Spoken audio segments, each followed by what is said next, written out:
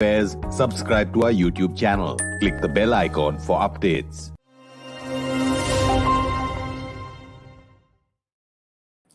This is StratNews Global. I'm Amitabh. Revi on the gist today.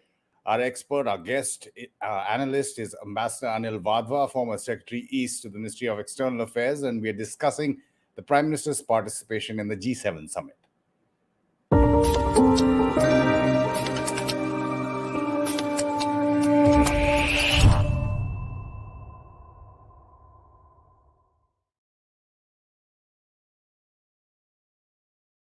Anil Wadhwa, greetings and evening, sir. Thanks for joining us on StratNews Global. Good evening. Pleasure to be here. Pleasure is all ours, sir. A special invitee at the G7 days after the BRICS summit. There's been the Quad summit this year, Nordic Summit, other bilateral meetings. Doesn't that highlight India's role and significance in plurilateral bodies during great geopolitical flux? I agree. I think this geopolitical flux, as you term it, has given India a lot of room to maneuver and has also highlighted India's importance as what I would call an indispensable partner in finding solutions to global problems because of our unique position, the policies that India has adopted, and the growing economic heft that India has projected to the world. Also, India now presents an opportunity for many countries to go into partnerships with in a situation in the world where there are not many places which are attractive as far as investments are concerned. The second part of this is that India has emerged as a major country which has kept up its agricultural production, has emerged as a country which can feed the world, and as a center for production of vaccines on a large scale, which can actually, going forward, become a very important country as far as the developed part of the world is concerned. Plus, India has shown a voice of leadership as far as WTO is concerned in taking up the issues for the developed world. And this is what makes India a partner to reckon with, and that's why we've seen a growing role for India at these plurilateral meetings. The G7 itself, Ambassador, focused a lot on the Russian invasion in Ukraine, and we know what the G7 countries are trying to do vis-a-vis Russia itself. The Prime Minister, of course, in private meetings, if necessary, I presume, would have reiterated what India's position is. But he did mention, the knockdown effects that India and the rest of the globe are facing because of what's happening in Ukraine. Oh, absolutely, because I think Prime Minister has projected quite well the concerns of the countries who are affected because of the fallout, especially as a fallout of the sanctions which have been imposed. These are not sanctions imposed by the United Nations, but by a group of countries. And of course, there are no beneficiaries here. There are only countries who suffer in the process. Those from the developing south are the ones who suffer the most because oil prices and energy prices have gone up, food insecurity has increased, and then at the same time the priorities of the other countries who are actually helping these countries come out of crises, their ability to help them has diminished given the fact that their focus and their attention has been on Ukraine and nearer in Europe. Okay, saying focus on Ukraine and in Europe, energy security was part of one of the sessions that the Prime Minister spoke on. There've been talk of the G7 led by maybe the US planning for price caps on Russian oil to try and limit rising revenues, even while they continue to ramp up their sanctions. If and when that actually comes about, because that would take some time, I presume, how would it affect countries like India who have also ratcheted up their buying of Russian energy? So first of all, I don't know how this price cap is going to be determined. That's $1 million question. Energy and oil in particular is traded freely in the world today. There are buyers and there are sellers, and it's a market situation. And that's why you see that Russian crude is selling at a discount, and some countries are actually lapping it up because it helps them in their energy security. Now, if the United States and Europe have to put a cap on oil prices, they will have to work with almost the entire gamut of the producers around the world, especially those in the Gulf and the Middle East, etc. Also, make sure that countries like Venezuela start cooperating with them in this whole endeavor, which seems to be a very tall order. So, to me, it doesn't seem likely that this is going to succeed, at least in the near future. I also feel that it's counterproductive to try and see that you want to cap the price of oil, because in that case there are a number of producer countries which will certainly balk at the prospects. Their economies are dependent on oil prices, at least maintenance of oil prices at a certain level, and therefore this seems to be a very difficult proposition to me. Now, as far as India is concerned, we made it very clear that we will continue to buy our energy at the best prices available from wherever it is available. I think that position is clearly accepted by countries around the world. Food security, food inflation, that's another issue which has also been exacerbated by the Russian war in Ukraine. Well, India's been, you mentioned the WTO where India put across its issues, but how do interactions, say, at forums like the G7 affect us on issues like that? So look, I think when the partner countries speak at these forums, and I think Prime Minister spoke at two such sessions where the partner countries were also invited to speak.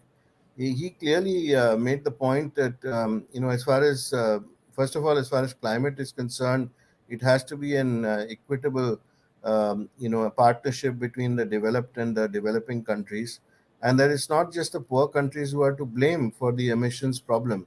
And moving forward from that, it's important that the developed countries do their part and collaborate as far as providing support to the developing countries if the whole issue of climate change has to be tackled in a realistic manner. On food security, again, he made it quite clear that it's counterproductive to take measures which actually bring about a sense of insecurity in the world, lead to inflation, and affect countries for whom the sanctions are not meant to affect. Now, this is an important point because when you are actually taking steps which you're not sure actually whether they will succeed or not, because first of all, they're outside the gamut of the United Nations. Secondly, it's a group of countries who have got together to impose these sanctions, which depends a lot on their implementation, how situations change for countries. You've seen, for example, in Europe itself, there's a division as far as energy is concerned on how to implement the sanctions. There are countries like Hungary who clearly do not want this to happen because it affects their economies drastically. So there will be all sorts of anomalies which will arise. Countries will start voicing their own concerns, and ultimately one has to think of the overall situation and how what good is it bringing to the world in general. And that's why our stand, as far as India is concerned, has been that the war should end as quickly as possible. But on food security itself, we've seen how India has been contributing, whether it's Afghanistan, where we send wheat, whether it's Sri Lanka, which is facing issues. Prime Minister also raised the problems that are the world, and India especially is facing vis-a-vis fertilizers and supplies. Yes, of course, because a country like India needs a steady supply of fertilizer at fair prices. If the agricultural prices have to be kept at a certain level, this huge population within India has to be fed. And at the same time, if countries expect India not to put caps on its exports to other countries, then they should also think about the inputs which go into into that sector. Now, in this case, India has taken exceptional steps as far as Sri Lanka is concerned, some African countries are concerned, and we have been exporting food grain on a case by case basis.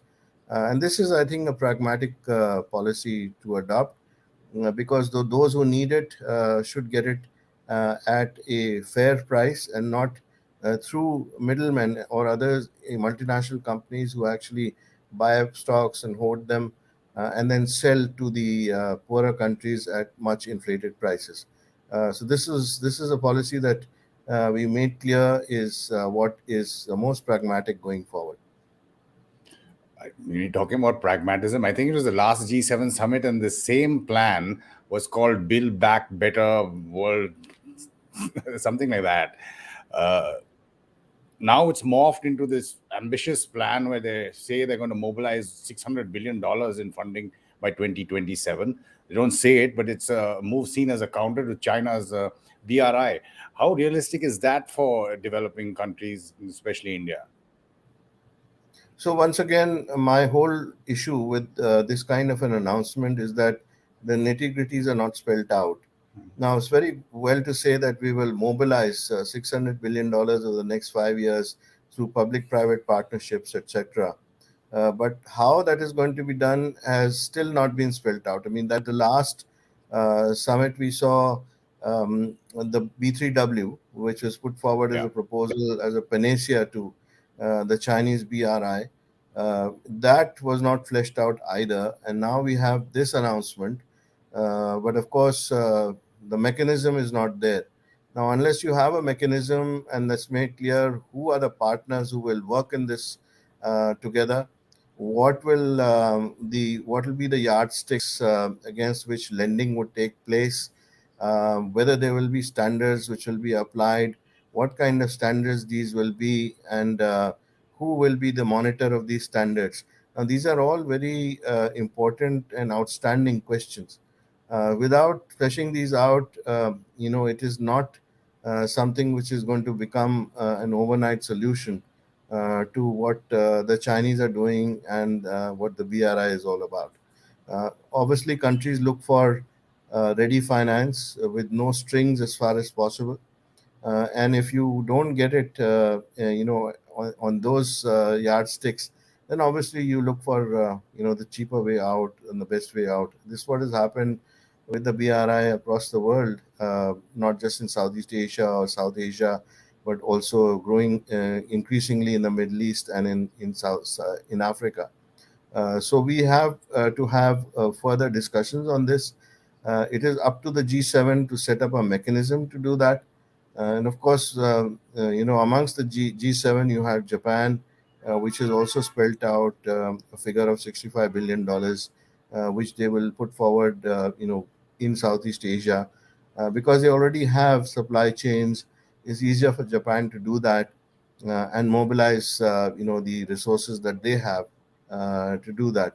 But on the other hand, this overall figure of the G7 and earlier of the EU, which was announced again for partnerships across the world, that again lacks the nitty gritty, which in my view is crucial. And again, in the Quad, there's the IPAF. Jaideep Gadavi, ambassador, has a question/comment. We raised the issue of including Russia at previous G7 meetings where we were special invitees. Did we avoid it this time for obvious reasons? I mean, I don't know anything about this in the public domain, but the issue of Russia, would we have even brought it up? I think it's quite obvious that this time around, given the situation in Ukraine and the Russia-Ukraine conflict, uh, this question would not even have been considered. It's a foregone conclusion that the G7 would not agree to this. And of course, Germany was the host this time. It's up to Germany to invite the people that it wants to. And of course, unless there is, a specific objection from any of the partner countries in G7, normally such proposals go through. But obviously, Germany would not have thought of inviting Russia at this stage. The importance of bilaterals in such forums, there are several that the Prime Minister had. Indonesia comes to mind straight away for several reasons, G20 being one of them. I do believe that President Joko Widodo is traveling to Moscow to invite President Putin for the G20. Vladimir Zelensky is also invited. We are going to be the presidents of the G20 next year. So those are important meetings that are made possible at forums like this. Certainly, I think President Jokowi and Indonesia have their task cut out as far as this question is concerned. There would be a lot of pressure, I'm sure, from the European countries and from the United States in particular, not to allow Russia to participate at the G20. Now, how he plays his cards and how he maneuvers his way around is going to be watched very, very closely. I'm sure that by the time it comes to India's turn, we may have remnants of this situation, and we may have to face similar situations, a similar situation when we host the G20. But that remains to be seen in the future. For the moment, it's the focus is on Indonesia, and I think they will have very important meetings in both Moscow and in Ukraine. Hopefully, we will be able to solve this problem by the time the meeting takes place, or at least there should be some thaw in the current situation, in which case it is make it easier for the G20 to go through. You talked about climate technology a little earlier in the program, Ambassador. Jaideep has another comment if you want to elaborate on the new climate club concept put forward by Germany, whether it can be beneficial to India. Well, climate club concept, as far as Germany is concerned, is based on the fact that the climate problems cannot be solved only by the G7 or only by the developed countries, and that's why you've seen this offer of United States and Germany to India this time of a just transition climate partnership, which India would like to be focused quite a bit on technology transfers and technology concepts which help India in mitigating the effects of climate change. Also, climate finance, which will be important in this whole process. But equally, also, the wherewithal to actually become stronger in undertaking steps domestically, learning from the experiences of European countries in this regard, and making sure that it's adapted to the local conditions. This is the process of give and take, and I'm sure what will come out of it would be based a lot on financial techniques, which will also help in this process.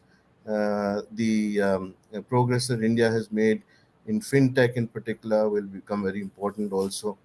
So it's a different model from what was offered to countries like South Africa in the past, which was basically only confined to climate finance.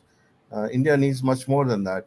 And India would like to also see that the Western countries and the United States actually invest in India in these technologies under the Make in India program, and now the PLI program that we have unveiled, so that we are able to have the wherewithal domestically to produce what we need for fighting this issue. So that's one part of it.